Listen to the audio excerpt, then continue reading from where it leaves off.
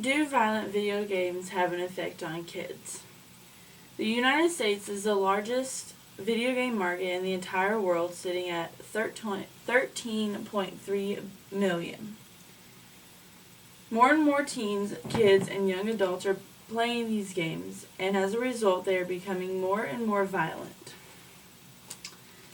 I have an older brother. Growing up with him, I saw him play some of these games, but at a young age, my parents were really strict on what he actually played.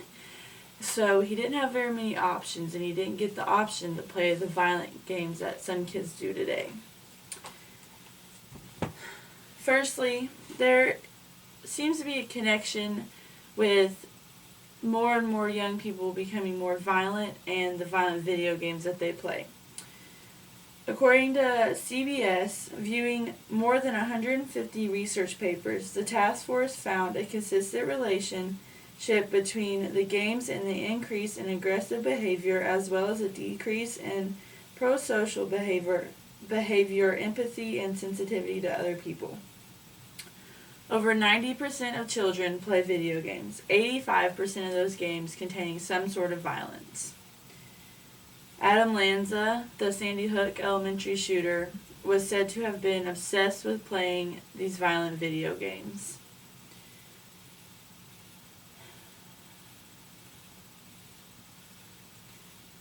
So, there are some options that can be taken to relieve the problem of this. From Thoman, there are 5 ideas for parents that they can take for their child.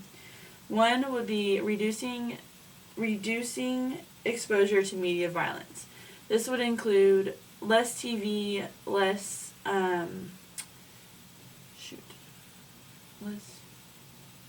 often, not as random watchings of TV, like violent TV shows, anything like that. Number 2 would be change the impact of violent video games that are seen. 3, locate and explore alternatives to media. Going outside, playing with their friends, playing sports would all be examples of what kids could be doing instead of playing these video games that they are. Number 4 would be talk with other parents. Talk with parents around you, your neighbors, see what they're doing to keep their kids from being involved in these games and keeping them from being less empathetic to other people. And 5 would be to get involved in the national debate over media violence. In conclusion, video games and violence remain a problem. There are many steps that can be taken to relieve this. The United States is the largest gaming market in the world. More teens are buying more video games every day. Every single teen out there has played a violent video game in their life. I watched my brother do it, but having restrictions on what they can play and what they can't are things that could help from a child becoming violent in their future or when they're an adult. Another thing would be kids having less empathy. When they're playing these games, what they see is what they think is the right thing to do. So when they become obsessed to the game, that's all they know. So when they go out in the real world, they're going to do something and think it's okay because that's what they do in the video game.